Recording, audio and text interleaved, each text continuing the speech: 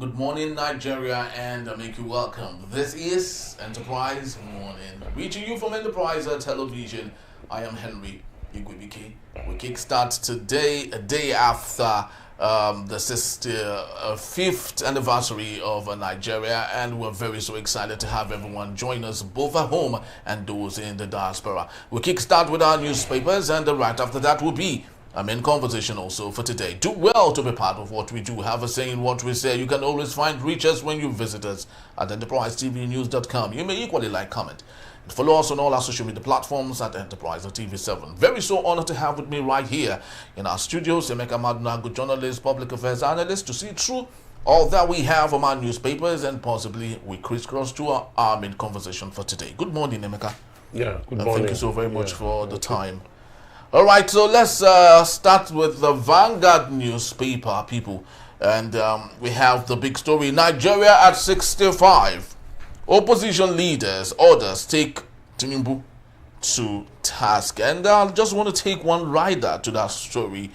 Tinubu unmoved, uncaring amid hunger bandit attacks, and that's coming from Atiku. And another story, and a rider to that particular story, Nigeria failing under APC, and it's coming from Peter Gregory Obi, and so many other riders to that particular story. On the top strip, we have Tinubu not jittery about opposition, and that's coming from the presidency. I love to believe that should be made known to the world by immediate aid to the president, Bayo Ononuga. And other stories, we have that of a Rise TV anchor, Somto Chukwu, jumped from third floor. And that's coming from the FCT police bus.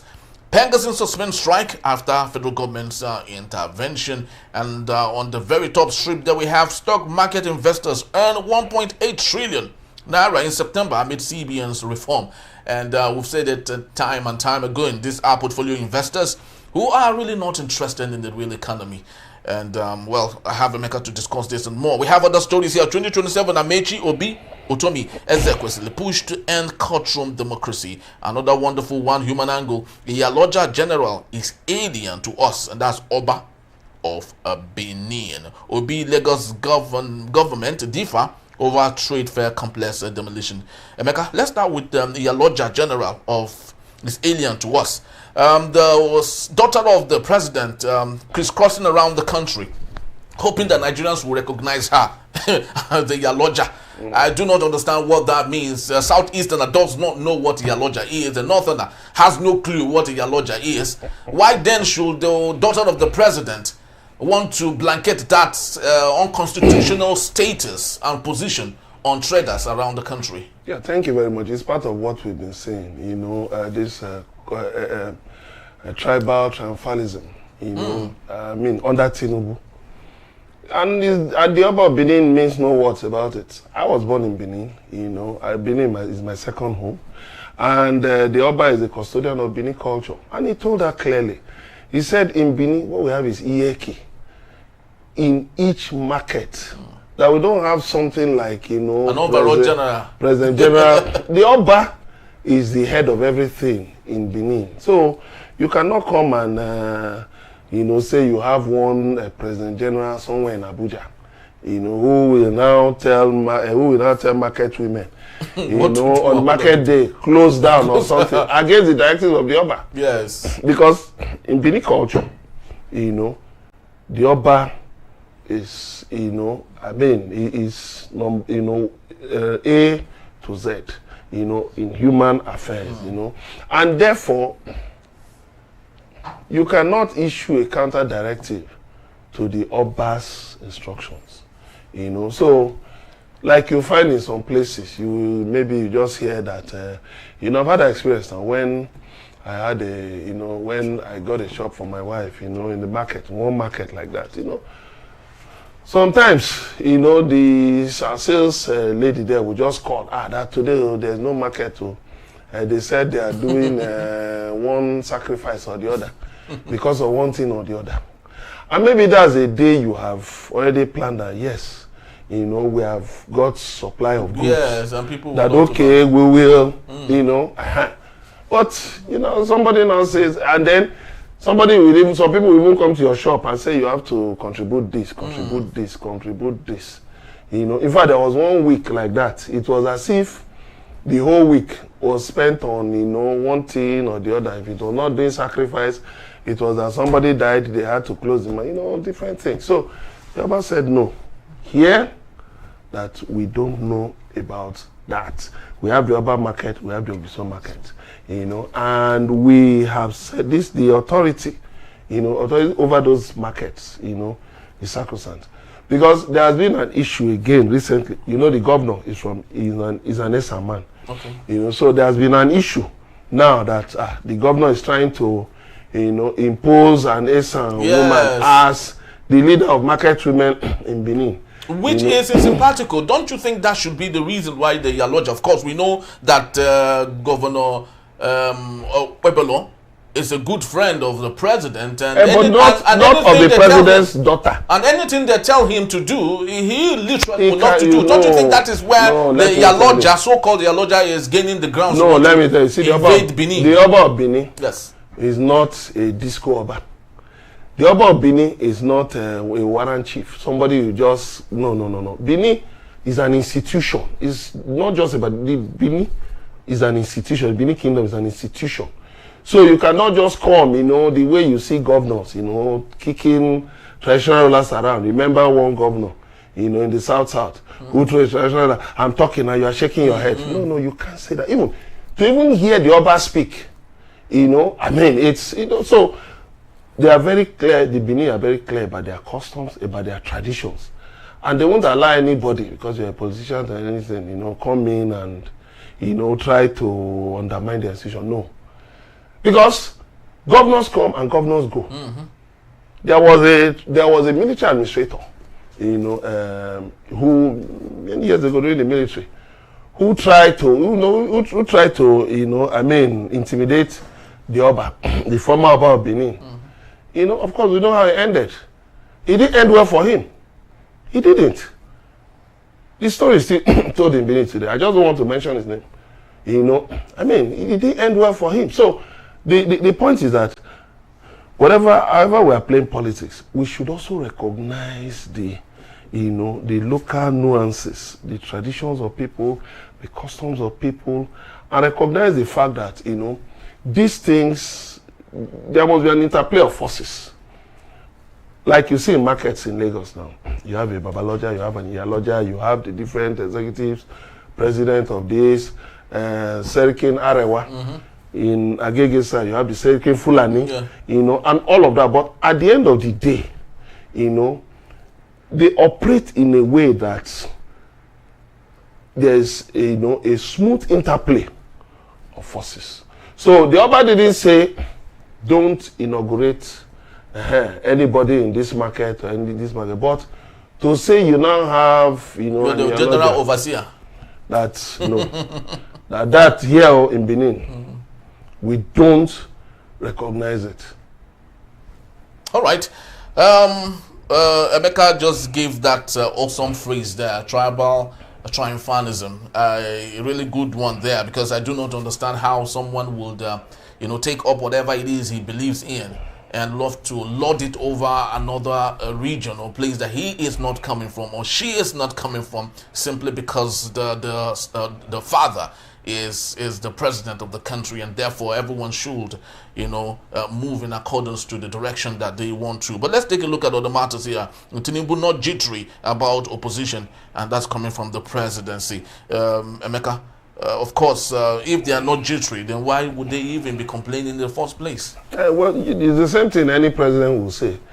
If you go to the United States, Donald Trump will tell you, I don't know about the Democrats. But at the end of the day, the U.S. government is shut down right now. Why are they even shut down? Because because here, U.S. shut down visa, passport service to continue in Nigeria. They couldn't agree on a bill, on a healthcare bill. So with that, when there is no consensus, the government has to shut down till you know, the congressmen and the senators can reach an agreement. The Republicans wanted some concessions, but the Democrats were not willing to give it. That is politics. So it's the same thing when the presidency says that we are not jittery about the opposition, but you have appointed people into different WhatsApp groups to be abusing people, to be, saying things, supporting, making horrible comments against people that even some people close to the president have had reason to say, no, this is not right. This is not right. You don't bring up little children to be abusing the people of the age of their fathers or their grandfathers. You are not doing well. You are not teaching them. You are not helping their future. Because one day they will get to that position. And if we allow anarchy to reign, then we're not helping ourselves. It's not about politics, it's not about governance. We ought to know that we're in a democratic society. Every Nigerian has a right to play politics, to live anywhere, to do your business anywhere, and all of that. But you see, there are conflict entrepreneurs.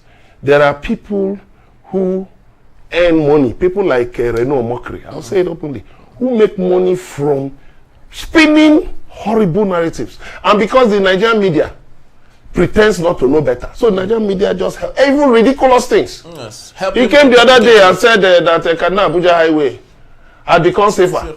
A week later, some people were killed and some were kidnapped on that same Kaduna Abuja highway. But I challenge my colleagues.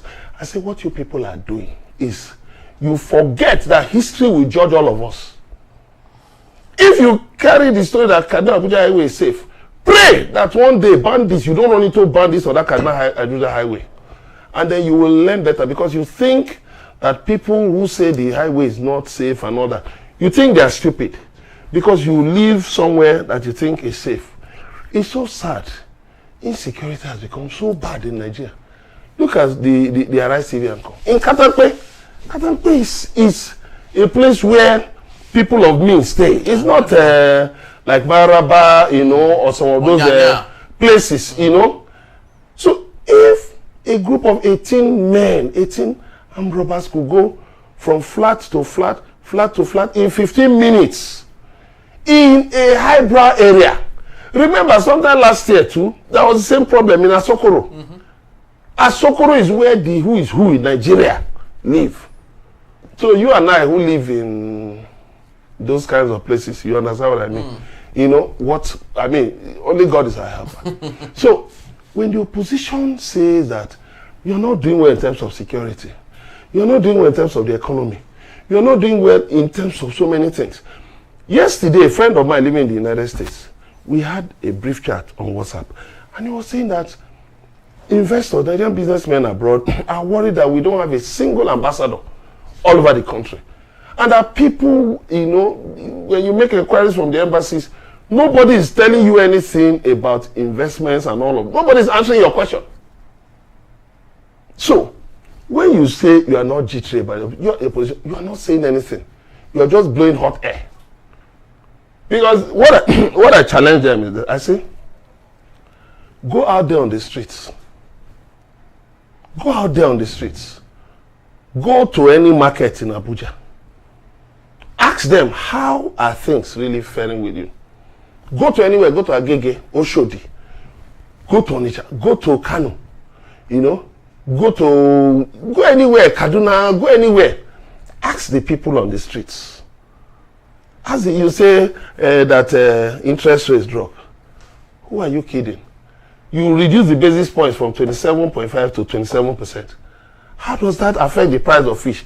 Ghana reduced inflation rate from 23% to 11 point something percent. That is a whole jump. And it will affect so many things, because what it means, you see, one thing people don't realize that when inflation rises, it's not because the market women just woke up and decided to gang up and no, the government is engaged in excessive borrowing. That is the problem. The money that you and I, other businessmen, should go and seek for, maybe in terms of loans, maybe in terms of commercial papers, government is getting the money. And you and government, you cannot compete with the government when it comes to things like loan. Because the government goes to the bank, and the banker say, okay, this loan, what we are going to do is that we are going to call in, some loans, we are going to suspend some loans. Okay, but for us to do that, you have to pay 35%. Government will say yes now, Abi. They are expecting allocation. Now, given the feeding bottle democracy we have in Nigeria, no problem. And then the government will borrow at 35%.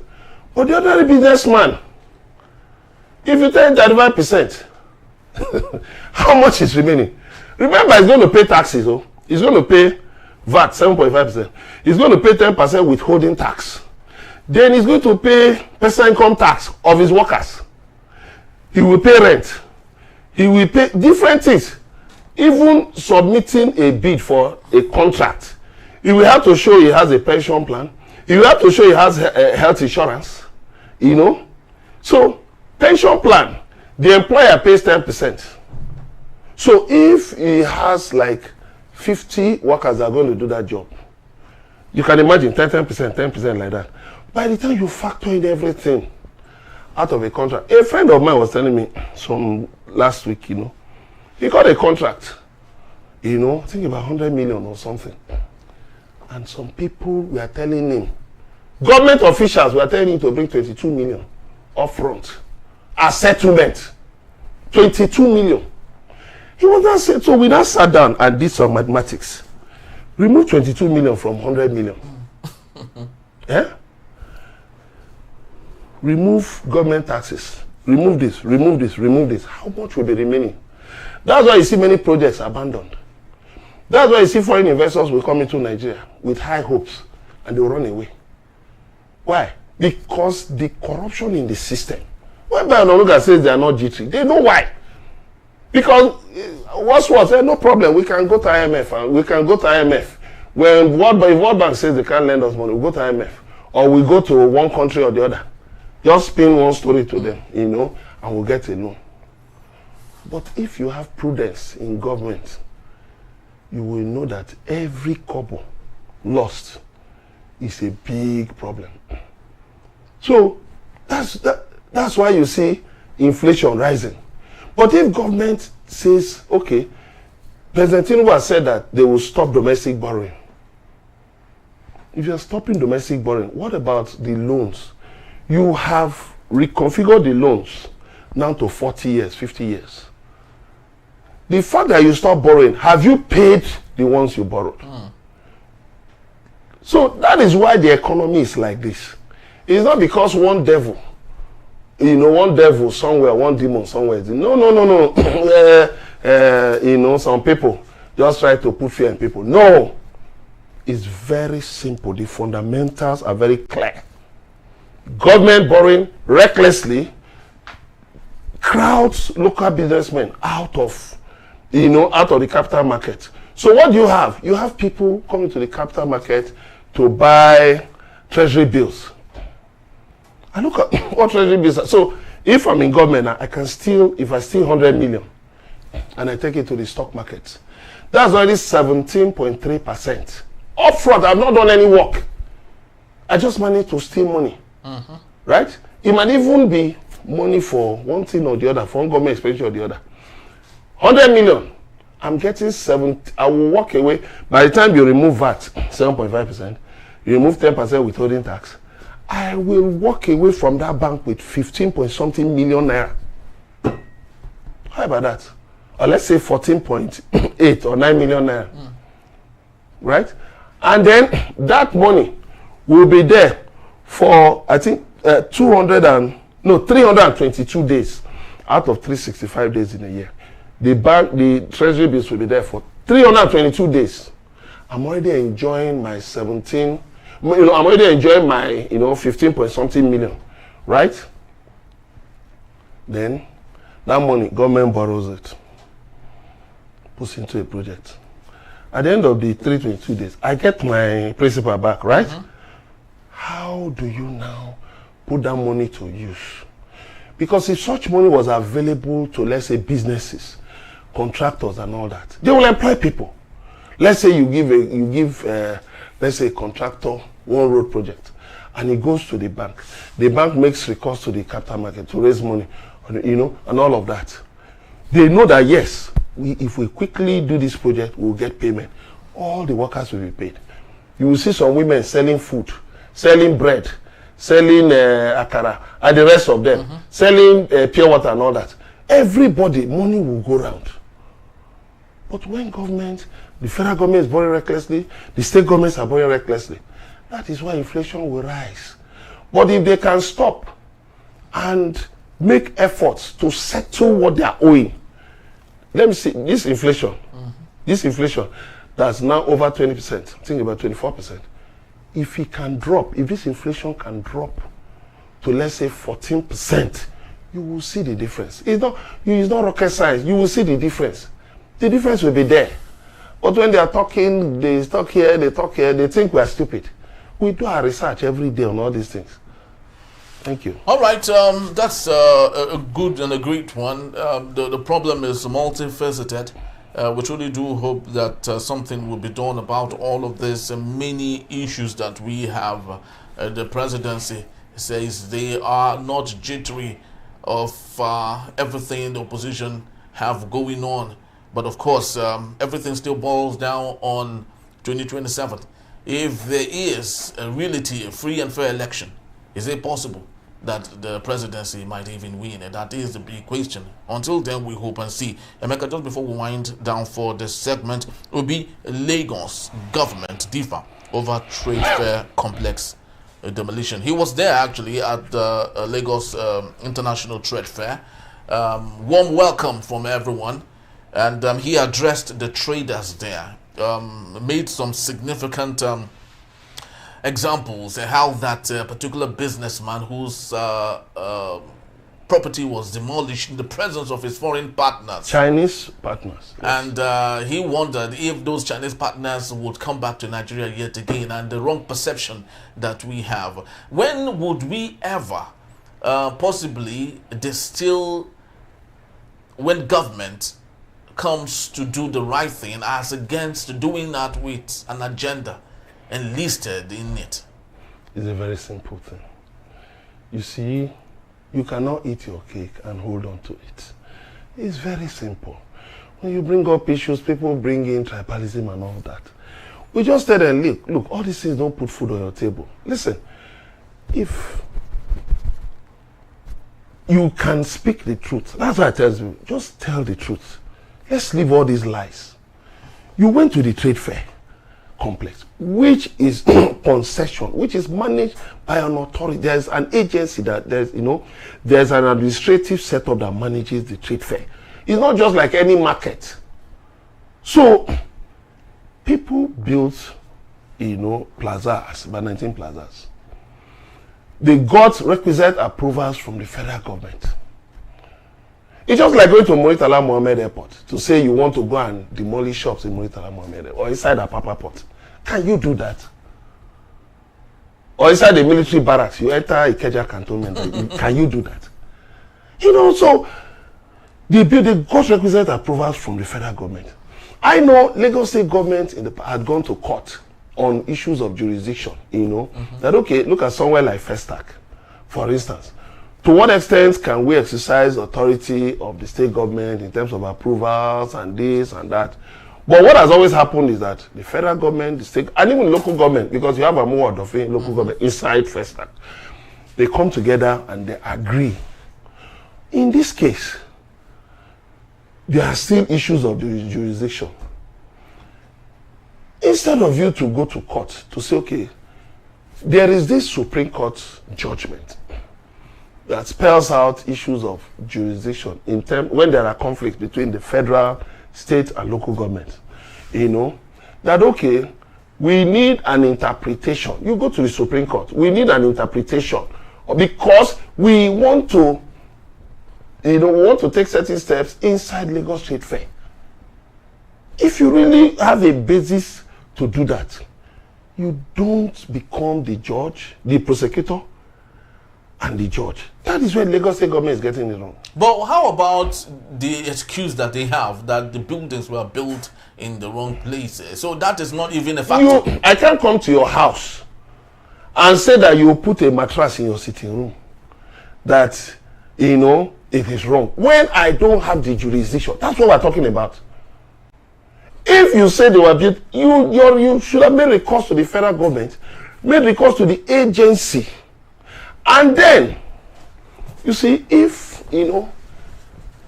You are watching them. You watch them build this plaza. You could have stopped them. Yeah, at through the court. Infancy, actually. You could have stopped them because one of the plazas, the promoter said it had a helipad.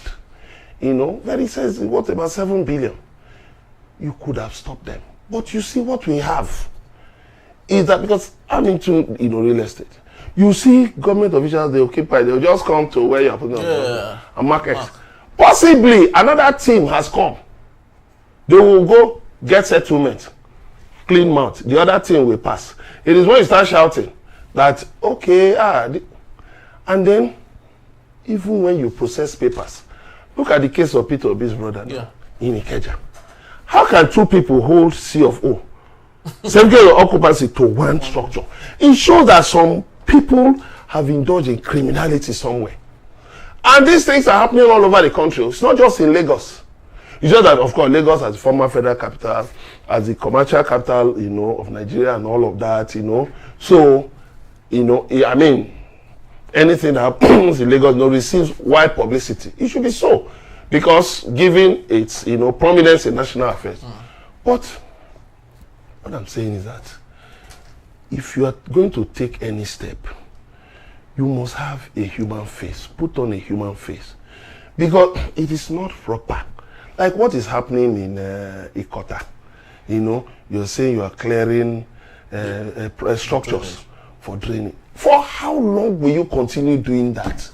If you don't have preventive measures, you will do in Ikota today. Tomorrow, maybe it's Babish you go to. Then another day, you will just you will just be dissipating government's time, government's resources. Because those bulldozers that used to pull down, you hire them. You use diesel. Time that government should spend on developing its economy, you are spending it on demolishing, then the issues that follow, then court and all this. You can avoid those things. Because Emeka is becoming very, scary right now investing in Lagos, because you are not sure really which of the administration might come and bring down your building. Even the same thing with Abuja. People have come to me, we have land in Abuja. I said, please, keep your Abuja land. Keep your Abuja land. I can't get an investor. Exactly. To go and buy land in anywhere in Abuja. Even if President Tinubu stamps C of O, I won't. Because, you see, you don't see that attitude of development. All you see is just, we build road, we build bridge, we build school, we build hospital. There is no, you should have that overarching development plan that says, okay, if we're going to do a road into this place, right? Okay, what will follow? There should be water, there should be police station, there should be this, there will be estates and all of that. That's why you see in some countries, when people begin to express interest in an area, government will go there, clear the road, and put poles. Exactly, because I watched a viral video in Ivory Coast where once a place is earmarked for building, it's the government that goes first. Put in poles, put in water, put in whatever the Land Use Act. Then the allow Land for people to the now Land Use start Act. to develop. The Land Use Act says that all lands are vested in the governor of the state where the lands are. But there are exceptions where the federal government, has interest in this and this and this. You settle such things. And that is why you've seen states have gone, Lagos State and the federal government have gone to the Supreme Court on a number of occasions on one issue or the other. It is normal. But the point is this. Even the governor and President Tinubu had problems over land allocations, over dredging.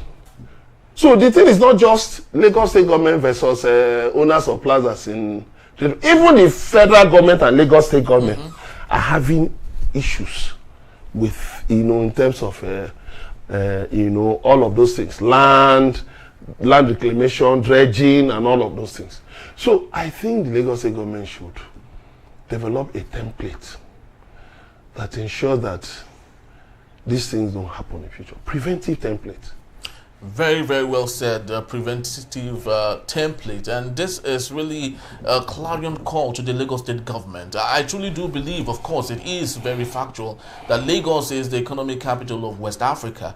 But I still want to believe that the government, people running the Lagos state government, should not get over themselves, thinking that this might remain forever. Because it only takes a little mistake to overturn all of this. Cairo today in Egypt, it's no longer what it used to be. It's a no-go area. No tourist will love to go to Cairo because they've messed the whole city up. And that's the reason why the current president had decided to move the capital, rebuild another city, because Cairo is a no-go area. They've totally messed the whole place up. And it's a ghost of itself, you know, and this is equally a very good a lesson for Lagos. Don't destroy, you know, rather than develop your economy, because that is what it takes. Nigerians need to all come together to ensure that the city becomes what it is. But when there's some subtle sort of agenda, you know, enlisted in some of these things, it's really not telling well on the governance structure of the state. Emeka will still be here to take us on our main conversation. That is when we return. Rivers Governor Fubara drops the cabinet members. That's in the Big Steel Enterprise morning. Don't go anywhere. I'll be right back.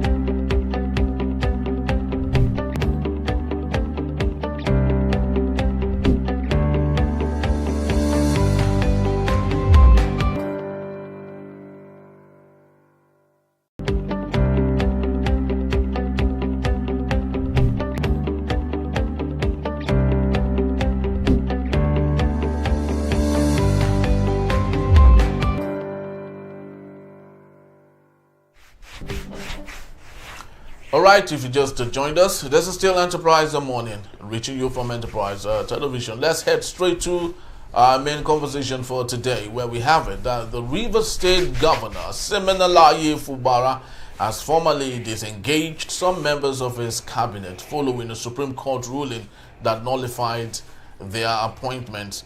The affected officials include the commissioners and other political appointees whose tenure effectively ended with the judgment. Speaking at the valedictory session held at the Government House of Port Harcourt on Wednesday, Governor Fubara commended the outgoing cabinet members for their contributions to the state's development. The event also coincided with activities marking Nigeria's 65th independence anniversary. The governor, who was earlier suspended during the state of emergency imposed on the state by President Bola Tinubu, used the occasion to emphasize the importance of unity and national peace. He urged the Nigerians to rally behind President Bola Tinubu in building a secure and prosperous country. Fubara further reassured the Rivers citizens of his renewed commitment to serve them faithfully, thanking the people for their steadfast support and goodwill. Let's get talking, ladies and gentlemen, and with me is still Emeka Mandonago. Emeka, thank you so very much for hanging on. Yeah, thank you. Now, which of the court ruling are we talking about here? Is on the reference. Is it the Supreme Court ruling? Yeah, the Supreme Court Which ruling, of them? yes. Was it before he was asked to leave the government house? Yes. The Supreme Court judgment, you know, that nullified the local government election. Which of the local government elections? Is it the one No, he the one inherited conducted or the one he did himself? You know, there are 3 local government elections now. There have been 3 local government The elections. one that... There was the one from Wike. From Wike, exactly. From Wike's time. Which he... Then there was the one he conducted. Then the one now conducted by Ibas, yes. you know. So those, you know, so the Supreme Court, of course, declared that the 3-man House of Assembly, led by Okojumbo, you know, was that it acted illegally, so that all the appointments, even the 2025 budgets approved by it, you know, were null and void. Please, Emeka, help us understand, because I asked which of them now. Was it the commissioners he had brought when there were only 4 members in the house? Yes. That You know there were some commissioners that resigned. You know, Fubara had 19 commissioners. You okay, know, that he inherited. No. That Wike made possible. No, that they started with, plus the ones that Wike made, plus the chief of staff and you know, some other people like that, appointees. So everybody was sent on suspension. Okay, that is the one on March 18. Okay. So when he returned, everybody returned with him, his commissioners. But now he has said that because Martin Amewule, the Speaker of the House of Assembly, recognized by the Supreme Court, because the Supreme Court said he recognized the 27-member House of Assembly led by Martin Amewule against the 3 members of the Assembly led by Okojumbo. Okay, now I understand. So the you know, so that is why, you know, so the 19 commissioners screened and approved by the 3 members of Assembly led by Okojumbo. Okay. You know, they were declared you know, illegal. You know, their appointment was declared null and void. You know, and ultra vires, ultra vires. So that's why he had to give effect to the judgment. Oh, okay. You know, and then he said, okay, that they should go, that life continues and all of that. But it's possible that some of them will still make the list. Because Martin Amewule has asked him to submit a fresh list of commissioners.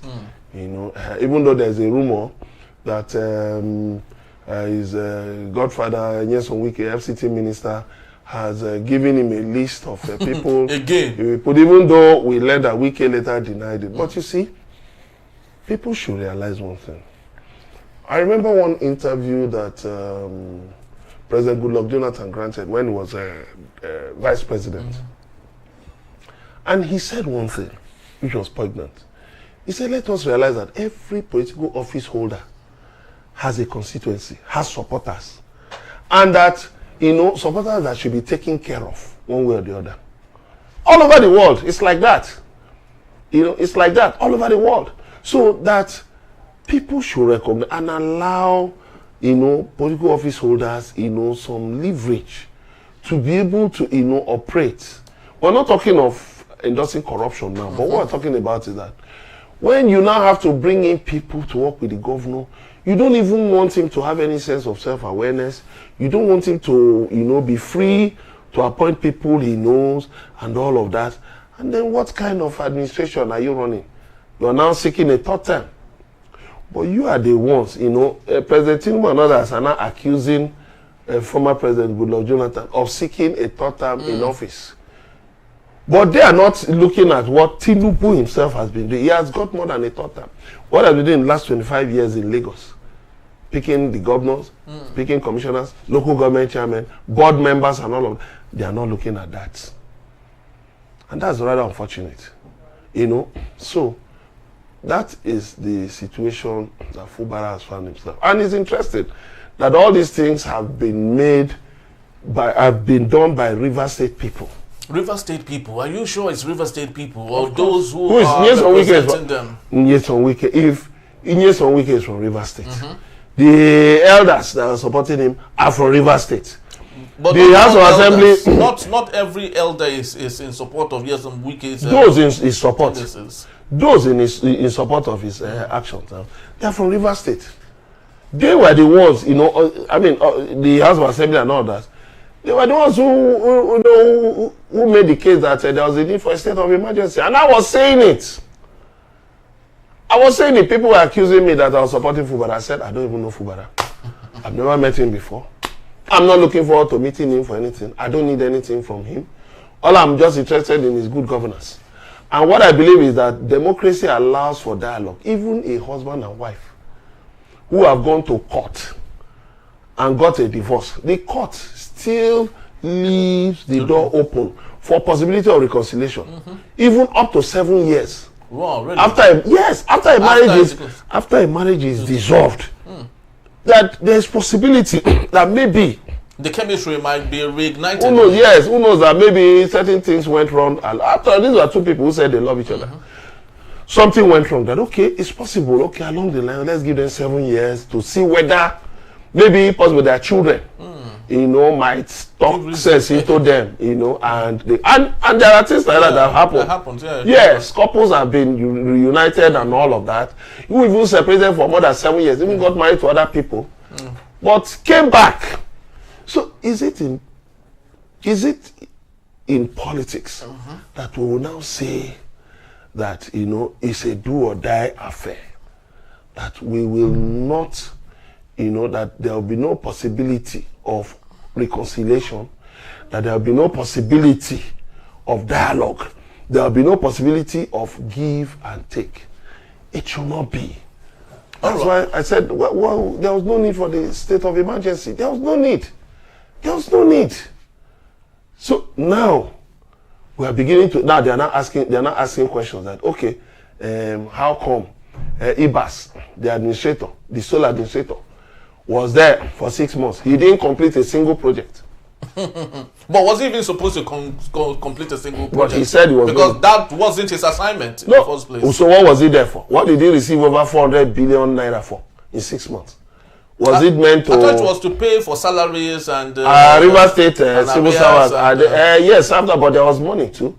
But there was a component for capital projects, because he visited the House of Assembly complex that Fubara was about to complete before that suspension took place. So Ibas visited the House of Assembly. He visited the House of Assembly complex. Where he said, and not once, where he said he would complete it. How come he never completed it till the state of emergency elapsed on August 18? How come? How come he never, how come he didn't complete that House of Assembly? Well, he wouldn't have finished it in 6 months. No, it was 6 months was now, if you remember, Fubara, before that suspension on March 18, 2025, he said he will complete the House of Assembly within a short time. He said he will complete it within a short time. So, but Ibas came in, said he will complete it. He didn't.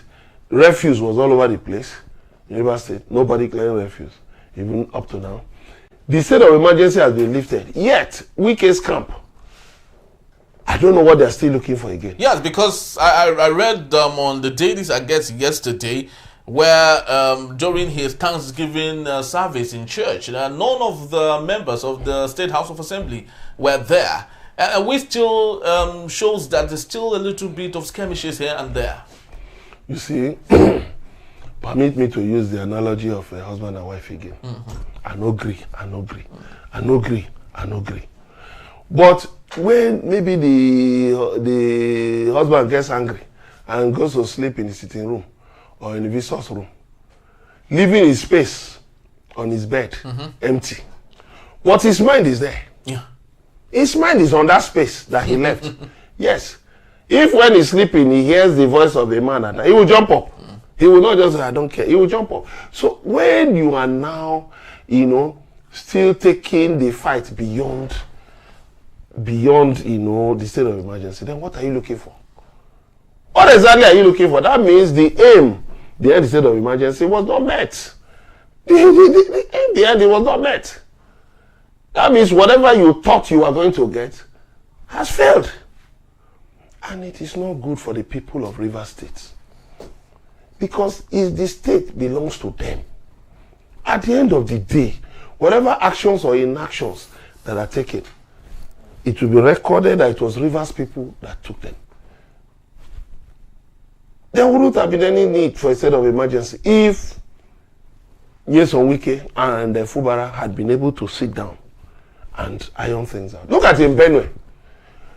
The governor of Benue, Hyacinth, earlier, and the secretary to the government of Federation, George Akume, they are not on talking terms. But was it George Akume that allowed... George Akume was who facilitated his election. George Akume is like he's a godfather. Okay. So even George Akume has some people in the Benue State House of Assembly. But even in the state executive.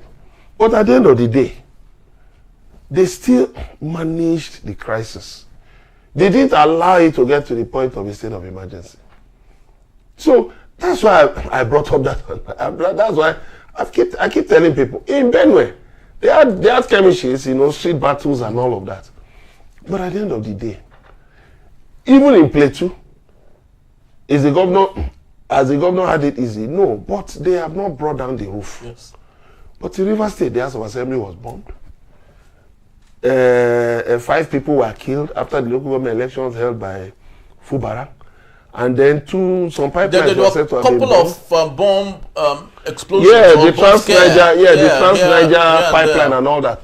But in all of that, not one person has been arrested and arraigned in court for all of those things.